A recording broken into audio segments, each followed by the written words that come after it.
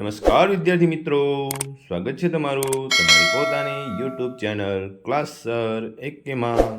ચાલો આજે આપણે જોઈએ ધોરણ 6નું સ્વાધ્યાયન પોથીનું પ્રકરણ 13 વિષય સામાજિક વિજ્ઞાન. તો ચાલો કરીએ. તો થઈ જાઓ તૈયાર. સામાજિક વિજ્ઞાનનું પ્રકરણ 13 ભારત ભૂપૃષ્ઠ આબોહવા વનસ્પતિ અને વન્યજીવન. તો ચલો કાઢો સ્વાધ્યાયન પોથી, ખોલો પાના નંબર 22. ધોરણ 6માં સામાજિક વિજ્ઞાન સ્વાધ્યાયન પોથીનું પ્રકરણ 13 ભારત ભૂપૃષ્ઠ આબોહવા વનસ્પતિ અને વન્યજીવ. તો ચાલો પ્રશ્ન નંબર 1. નીચે આપેલા દરેક પ્રશ્નના ઉત્તર માટે આપેલા વિકલ્પોમાંથી સાચો વિકલ્પ શોધી ખાનામાં લખો. તો પહેલું, ભારતનું કુલ ક્ષેત્રફળ કેટલા ચોરસ કિલોમીટર છે? તો એમાં સાચો વિકલ્પ છે વિકલ્પ એ 32.8 લાખ. ચાલો નેક્સ્ટ જોઈએ પ્રશ્ન નંબર 2. નીચેના પૈકી કઈ નદી હિમાલયમાંથી નીકળતી નથી? તો એમાં સાચો વિકલ્પ છે વિકલ્પ ડી કૃષ્ણા. ચાલો પ્રશ્ન નંબર 3. નાલંદા અને તાપી નદીઓ કોને મળે છે? જેમાં સાચો વિકલ્પ છે વિકલ્પ ડી અરબ સાગરને. ચાલો નેક્સ્ટ જોઈએ ચોથું. લક્ષદ્વીપ ટાપુઓ ક્યાં આવેલા છે? એમાં સાચો વિકલ્પ છે વિકલ્પ ડી અરબ સાગરમાં. ચાલો નેક્સ્ટ જોઈએ પાંચમું. ભારતમાં ઉનાળો કયા મહિના દરમિયાન હોય છે? જેનો સાચો વિકલ્પ છે વિકલ્પ એ માર્ચથી મે. ચાલો નેક્સ્ટ જોઈએ પ્રશ્ન નંબર 6. ભારતની આબોહવા કેવા પ્રકારની છે? સાચો વિકલ્પ છે વિકલ્પ ડી મોસમી. ચાલો નેક્સ્ટ જોઈએ સાતમું. નીચેનામાંથી કયા પ્રદેશમાં ઉષ્ણકટિબંધીય વરસાદી જંગલો જોવા મળે છે? સાચો વિકલ્પ આવશે વિકલ્પ ડી અંદમાન અને નિકોબાર. ચાલો નેક્સ્ટ જોઈએ આઠમું. દેવદાર, ચીડ અને પાઇન આ 4 જંગલોના વૃક્ષો છે. યાયરના જંગલોના વૃક્ષો છે. તો ક્યાંના છે? વિકલ્પ એ પર્વતીય. ચાલો નેક્સ્ટ નવમું. ગુજરાતમાં ગુડખર પ્રાણી કયા વિસ્તારમાં જોવા મળે છે? તો સાચો વિકલ્પ આવશે વિકલ્પ બી કચ્છ. ચાલો જોઈએ નેક્સ્ટ 10મું. ભારતના કયા રાજ્યોના સમુદ્ર કિનારે સમુદ્રના કાચબા ઈંડા મૂકવા આવે છે?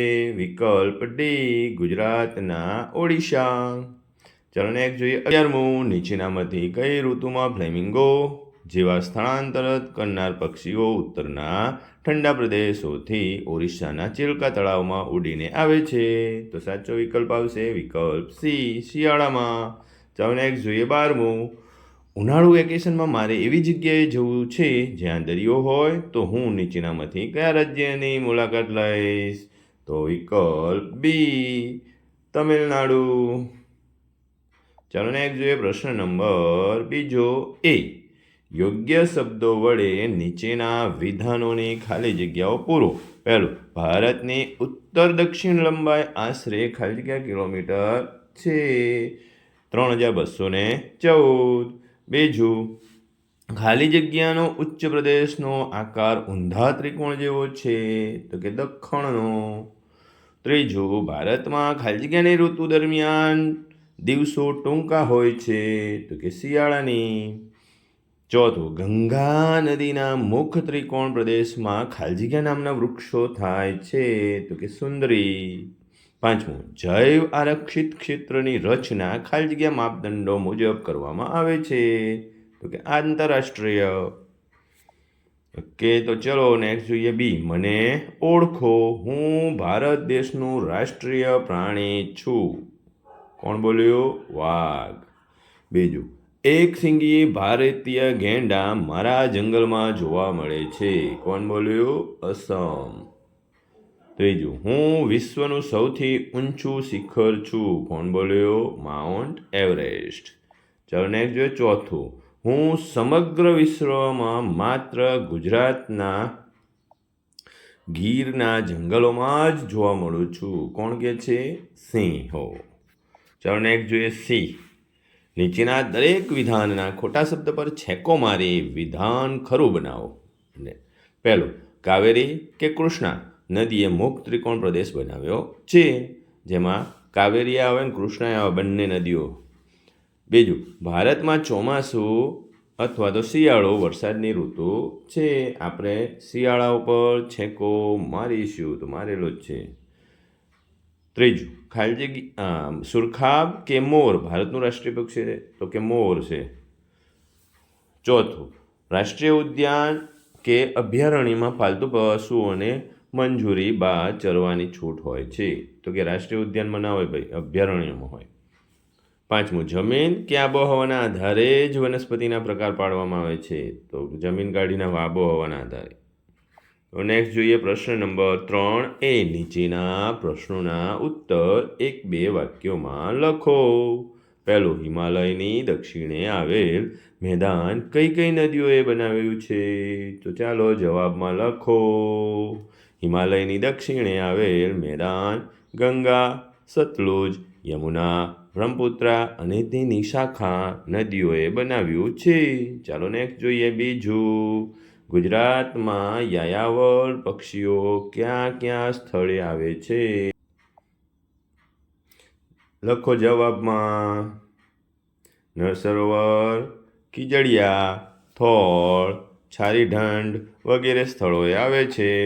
ચાલો ત્રીજું, ભારતની પૂર્વ પશ્ચિમ પહોળાઈ કેટલા કિલોમીટર છે? તો જવાબમાં લખો. ભારતની પૂર્વ પશ્ચિમ આશરે 2933 કિલોમીટર છે. ચાલો ચોથું, સુંદરવન નામનો વિશાળ મુક્ત ત્રિકોણ પ્રદેશ કઈ નદીઓએ બનાવ્યો છે? જવાબ લખો. સુંદરવન નામનો વિશાળ મુક્ત ત્રિકોણ પ્રદેશ ગંગા અને બ્રહ્મપુત્ર નદીઓએ બનાવ્યો છે. ચાલો પાંચમું, આબોહવા કોને કહે છે? જવાબ લખો. કોઈ પણ સ્થળમાં હવામાનમાં તત્વોની આશરે 30 વર્ષથી સરેરાશ પરિસ્થિતિને આબોહવા કહે છે. છઠ્ઠું, ગુજરાતમાં વરસાદનું પ્રમાણ સાથી ઊંચું છે. જવાબ લખો ભાઈ. ગુજરાતમાં મોટા પર્વતો નથી, આમ ગુજરાતમાં મોસમી પવનોના માર્ગમાં પર્વતો ન આવવાથી વરસાદનું પ્રમાણ ઓછું છે. ચાલો નેક્સ્ટ જોઈએ સાતમું. ભારતમાં ઉષ્ણકટિબંધીય પાનખર જંગલોમાં કયા કયા વૃક્ષો જોવા મળે છે? ચાલો ભાઈ જવાબમાં લખો. ભારતમાં ઉષ્ણકટિબંધીય પાનખર જંગલોમાં સાગ, સાલ, સીસમ, વાંસ, મહુડો, લીમડો વગેરે જોવા મળે છે. ચાલો આઠમું, ચેરનું લાકડું કઈ રીતે ઉપયોગી છે? તો જવાબ લખો ભાઈ. ચેરનું લાકડું બળતણ તરીકે ઉપયોગી છે. નવમું, આપણા દેશના જંગલોમાં કયા કયા વન્યજીવો વસે છે? ચાલો જવાબ લખો. આપણા દેશના જંગલોમાં સસ્તન વર્ગના પ્રાણીઓ, વિવિધ પક્ષીઓ, જળચરો, ઉભયજીવીઓ, કીટકો, કીડીઓ વગેરે વસવાટ કરે છે. ચાલો દસમું, તમારો મિત્ર રાજસ્થાનથી આવ્યો છે, તમે આપણા રાજ્યમાં તેને ક્યાં ક્યાં અભયારણ્યોની મુલાકાતે લઈ જશો? તો જવાબમાં લખો. બાલારામ અભયારણ્ય, નળ સરોવર પક્ષી અભયારણ્ય. ચાલો બી, બંધ બેસતા જોડકા જોડો વિભાગ અની સાથે વિભાગ બ. તો ચાલો જોડી નાખીએ જોડકામાં. પહેલો, એકશીંગી ભારતીય ગેંડા તો ક્યાં જોવા મળે ભાઈ? અસમમાં. બીજું, સમુદ્રના કાચબા ક્યાં જોવા મળે? તો કે એ ઓડિશાના સમુદ્ર કિનારે. યાયાવર પક્ષીઓ ક્યાં જોવા મળે ભાઈ? તો કે નળ સરોવરમાં. એશિયાઈ સિંહ ક્યાં જોવા મળે ભાઈ? તો કે ગીરના જંગલોમાં. હાથીઓ ક્યાં જોવા મળે? તો કેરળ અને કર્ણાટકમાં. ચાલો નેક્સ્ટ જોઈએ પ્રશ્ન નંબર 4. નીચેના પ્રશ્નોના ઉત્તર 2-3 વાક્યોમાં લખો. 1. જંગલોના આર્થિક ફાયદા જણાવો. તો ચાલો જવાબમાં લખી નાખો ભાઈ. જંગલની મુખ્ય પેદાશ લાકડું છે. જંગલમાંથી સાગ, સાલ અને શીશમ જેવા મજબૂત અને ટકાઉ ઇમારતી લાકડા મળે છે. બાવળ અને ખેર જેવા વૃક્ષોનું લાકડું બળતણ તરીકે વપરાય છે. જંગલોની વિવિધ પ્રકારની વનસ્પતિ ઔષધો તરીકે વપરાય છે. ચાલો જોઈએ નેક્સ્ટ. બીજું, જંગલોના પર્યાવરણીય ફાયદા જણાવો. ચાલો જવાબમાં લખો. જંગલો હવામાંથી કાર્બન ડાયોક્સાઇડ જેવા હાનિકારક વાયુઓનું શોષણ કરી પ્રાણદાયી ઓક્સિજન વાયુ આપે છે. આ રીતે તે વાતાવરણને શુદ્ધ રાખે છે. જંગલો વાતાવરણને ઠંડુ રાખી વરસાદ લાવવામાં ઉપયોગી છે. જંગલો પવન અને વરસાદથી થતું જમીનનું ધોવાણ અટકાવે છે. તે વન્યજીવોને કુદરતી રહેઠાણ પૂરું પાડે છે. ચાલો નેક્સ્ટ જોઈએ ત્રીજું, જૈવ આરક્ષિત ક્ષેત્ર એટલે શું? ચાલો જવાબ લખો. જૈવ આરક્ષિત ક્ષેત્રની રચના આંતરરાષ્ટ્રીય માપદંડો મુજબ કરવામાં આવે છે. અહીં બહારની બધી માનવીય પ્રવૃત્તિઓ પર સંપૂર્ણ પ્રતિબંધ હોય છે. ગુજરાતમાં કચ્છનું આંશિક ક્ષેત્ર અને નીલગિરી જેવા આરક્ષિત ક્ષેત્રો છે. ચાલો ચોથું, ઉષ્ણકટિબંધીય પાનખર જંગલોની મુખ્ય વિશેષતા કઈ છે? જવાબમાં લખો. ઉષ્ણકટિબંધીય પાનખર જંગલોના વૃક્ષો પાનખર ઋતુમાં 6 થી 8 અઠવાડિયા દરમિયાન પોતાના બધા પાંદડા ખેરવી નાખે છે. આ તેની વિશેષતા છે. ચાલો જોઈએ પાંચમું, ભારતની જંગલો ભરતીના જંગલો એટલે મેંગ્રોવ ક્યાં આવેલા છે? તો કે જવાબમાં લખો. ભારતમાં ભરતીના જંગલો પશ્ચિમ બંગાળમાં ગંગા અને બ્રહ્મપુત્ર નદીઓએ બનાવેલા મુક્ત ત્રિકોણ પ્રદેશમાં તેમજ ગુજરાતના તથા અંદમાન નિકોબાર ટાપુઓના દરિયા કિનારે આવેલા છે. ચાલો પાંચમું, નીચે આપેલા પારિભાષિક શબ્દોની સમજૂતી આપો. પહેલું, વન્ય જીવો. તો જવાબમાં લખો. મનુષ્ય પર આધાર રાખ્યા વિના કુદરતમાં સ્વતંત્ર રીતે જીવતા પ્રાણીઓને વન્યજીવ કહે છે. બીજું, અભયારણ્ય. જવાબ લખો. જેમના માટે વિનાશનું જોખમ હોય તેવા વન્યજીવોનું સંરક્ષણ અને સંવર્ધન માટે સુરક્ષિત કરાયેલો વિસ્તાર. ચાલો ત્રીજું, રાષ્ટ્રીય ઉદ્યાન. જવાબ લખો. રાષ્ટ્રીય ઉદ્યાન એ કુદરતી વનસ્પતિ, વન્યજીવો, કુદરતી સૌંદર્યના સ્થળો તેમજ મહત્વના રાષ્ટ્રીય સ્થળોની જાળવણી માટેનો સુરક્ષિત વિસ્તાર. ચોથું, યાયાવર પક્ષીઓ. જવાબમાં લખો. યાયાવર પક્ષીઓ એટલે ભટકતા પક્ષીઓ. શિયાળામાં જળપ્લાવિત ક્ષેત્રોમાં દૂર દૂરથી આ પક્ષીઓ આવે છે. પાંચમું, પાનખર ઋતુ. તો જવાબ લખો.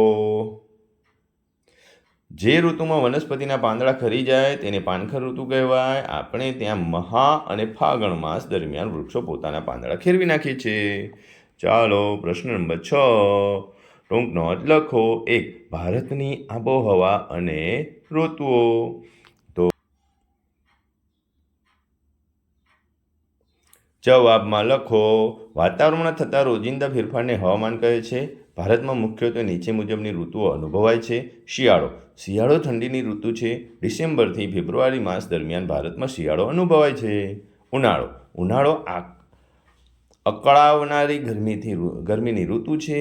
માર્ચથી મે માસ દરમિયાન ઉનાળો અનુભવાય છે. ચોમાસું વરસાદની ઋતુ છે. નૈઋત્ય દિશામાંથી આવતો ભેજવાળો પવન વરસાદ લાવે છે. શરદ ઋતુ ઓક્ટોબરથી નવેમ્બર મહિના દરમિયાન પાછા ફરતા મોસમી શરદ ઋતુ અનુભવાય છે.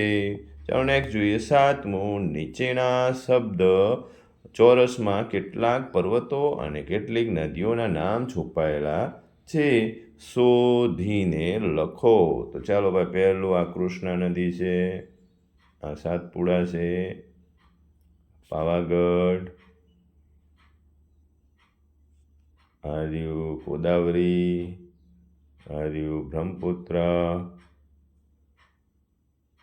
અહીંયા છે સાપુતારા, અહીંયા નીલગિરી, અહીંયા સહ્યાદ્રી, યમુના, તાપી, ચિનાબ, સરસ્વતી, ઝેલમ, સિંધુ, ચોટીલા, ગંગા, આ ઊભું છે ગિરનાર. કે બાળકો ચલો નીચે તમને ગંગા, સિંધુ, યમુના, નર્મદા, ગોદાવરી, ચિનાબ, તાપી અને ઝેલમ એટલી નદીઓ છે. સહ્યાદ્રી, સાતપુડા, સાપુતારા, ગિરનાર, પાવાગઢ અને સાપુતારા આટલા પર્વતો છે. ચાલો પ્રશ્ન નંબર 8. નીચે આપેલા વિગતોને ભારતના રેખાંકિત નકશામાં યોગ્ય સ્થાને દર્શાવો. 1. હિન્દ મહાસાગર. તો ક્યાં આવશે ભાઈ? હિન્દ મહાસાગર પહેલો. બીજું બંગાળનો ઉપસાગર. પહેલું હિન્દ મહાસાગર ક્યાં આવશે? તો ભાઈ આપણને ખબર જ છે કે આ નીચેનો આખો જે વિસ્તાર છે એ હિન્દ મહાસાગરથી છવાયેલો છે. એટલે આપણે 1 નંબર ક્યાં લખ્યું છે? શ્રીલંકાની બાજુમાં, જે હિન્દ મહાસાગર દર્શાવે છે. બીજું બંગાળનો ઉપસાગર. તો આ આખો ભાગ જે છે એ બંગાળનો ઉપસાગર છે, એટલે આપણે અહીંયા બંગાળનો ઉપસાગર. ત્રીજું હિમાલય પર્વતમાળા. તો ઉપર જે નેપાળ દેશમાં આપણે આ બધી હિમાલયની પર્વતમાળા છે, અહીંથી લઈને અહીં સુધી હિમાલયની પર્વતમાળા છે, એટલે 3 નંબર ત્યાં દર્શાવ્યો. ચોથું પૂર્વ ઘાટ. તો આ આખો વિસ્તાર છે એ પૂર્વ ઘાટ છે. આ આખો વિસ્તાર શેનો છે? પૂર્વ ઘાટ, એટલે 4થો નંબર અહીંયા. 5મો લક્ષદ્વીપ.